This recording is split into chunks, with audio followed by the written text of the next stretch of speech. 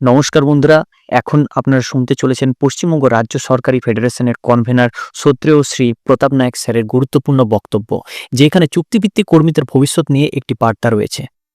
এই বার্তাগুলি আমি আপনাদের সামনে তুলে ধরছি। তিনি বলেছেন, আমরা সবাই মিলে একটি পরিবার। এই পরিবারের মধ্যে শুধু সরকারি স্থায়ী কর্মচারী নেই, আছেন বিভিন্ন স্তরের চুক্তিভিত্তিক কর্মীরাও এবং বিভিন্ন দপ্তরের বিভিন্ন ক্যাডারের নানা রকম কন্ট্রাকচুয়াল ভাই বোনেরা এই পরিবারেই অংশ। আগে কি ছিল? আগে চুক্তিভিত্তিক কর্মচারীদের কথা বলার কোনো জায়গা ছিল না। কোথায় গিয়ে বলবো বা কাকে গিয়ে বলবো সে রাস্তাও ছিল না। কিন্তু আজ সেই জায়গায় আমরা তৈরি করতে পেরেছি। জেলা থেকে ব্লক সব জায়গা ঘুরে ঘুরে আমরা এই প্ল্যাটফর্ম তৈরি করেছি, যাতে একজন চুক্তিভিত্তিক কর্মচারীর কথাও 14 তলা অবধি পৌঁছতে পারে। তার সাথে তিনি এটাও বলেছেন, তিনি পশ্চিম বর্ধমানে উপস্থিত থাকতে না পারলেও পশ্চিম বর্ধমানের প্রত্যেকটি টিমের সঙ্গে নবান্নে বসে তিনি প্রত্যেকটি ইস্যু নিয়ে কথা বলেছে। বন্ধুরা, আজকের এই বাজেটটা একটু গভীরভাবে আপনাদের কিন্তু বুঝতে হবে। কেন্দ্রীয় সরকার যেভাবে রাজ্যে অর্থাৎ বাংলার প্রাপ্য টাকা আটকে রেখেছে, প্রকল্প টাকা বন্ধ করে বাংলাকে আর্থিকভাবে পঙ্গু করার চেষ্টা করে চলেছে, তার মধ্যে রাজ্য সরকারের এই বাজেট পেশ করেছে। 2021 সালে ওরা কিছু করতে পারেনি, 2026-এ নখদর্পণে বের করে বাংলা দখল করতে নেমেছে, কিন্তু বাংলা দখল এত সহজ নয়।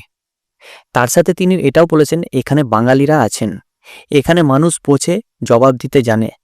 এখানে বাংলার নেত্রী নাম মমতা বন্দ্যোপাধ্যায় এবং নেতার নাম অভিষেক বন্দ্যোপাধ্যায়। বন্ধুরা, এই বাজেটে সরকারি কর্মচারীদের বেতন বেড়েছে, 7ম পে কমিশন গঠিত হয়েছে, বহু চুক্তিভিত্তিক কর্মচারী ভাতা বৃদ্ধি হয়েছে। কিন্তু হ্যাঁ, কিছু ভাই বোনের মনে কষ্ট রয়েছে। সেখানে তারা বলতে চেয়েছেন, দাদা বা স্যার, আমাদের তো বাজেটে নাম নেই, আমাদের কি হবে? তিনি তাদেরও আশ্বাস দিয়েছেন বা তাদের স্পষ্ট বলেছেন, আমাদের নেত্রীর নাম মমতা বন্দ্যোপাধ্যায়, তিনি মায়ের মতো সবাইকে আগলে রাখেন। আগে 14 তলার কথা পৌঁছাতো কিনা কারোর জানা ছিল না। আজ তিনি আপনাদের ভাই হিসেবে বা দাদা হিসেবে বলছেন, আপনাদের প্রত্যেকটি কথা সেখানে কিন্তু পৌঁছে দেবে। তো বন্ধুরা, আমাদের একটু সময় দিতে হবে। তার সাথে তিনি এটাও বলেছেন, 3-4 বছর বা 3-4 মাস আমরা অনেক ফাইল নাড়িয়েছি, অনেক বিশ্বাসঘাতক আমলাদের সরিয়েছি, ফিনান্সে বসে থাকা গোষ্ঠীবাজদের সরিয়ে কাজের লোক বসিয়েছি। আজ ফেডারেশন কাউকে মিথ্যা প্রতিশ্রুতি দেয় না, আমরা যা বলি সেটা করার চেষ্টা করি। এবারে ইম্পর্টেন্ট যেটা কথা বলবো সেটা হচ্ছে আইসিটি 6th এবং 7th ফেজে যারা ঢুকেছিলেন, VRP, BBDC, BL, vocational teacher, part time শিক্ষক, প্রাণীবন্ধু, প্রাণীমিত্র, জীবিকা সেবক, যুব ভলেন্টিয়ার, আমরা সবাইকেই কিন্তু মাথায় রেখেছি।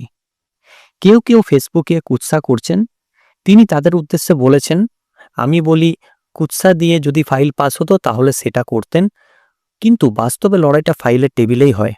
তো বন্ধুরা, বিরোধিতা চাইছে আপনাদের ব্যবহার করতে, কেসের নামে টাকা তুলছে, বিভ্রান্ত করে তুলছে, এই ফাঁদে কিন্তু আপনারা কেউ পা দেবেন না। মনে রাখবেন, 7ম পে কমিশন নেত্রীই করেছেন, ভবিষ্যতে সুযোগ এলে তিনি কাউকে বঞ্চিত অন্তত করবেন না।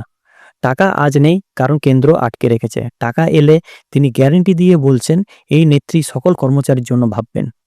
আমরা আন্দোলনের বিরোধী নই, কিন্তু এমন কিছু করবেন না যাতে সরকারের বিপদে পড়ে বা আপনারা সরকার বিরোধীর ফায়দা তোলে।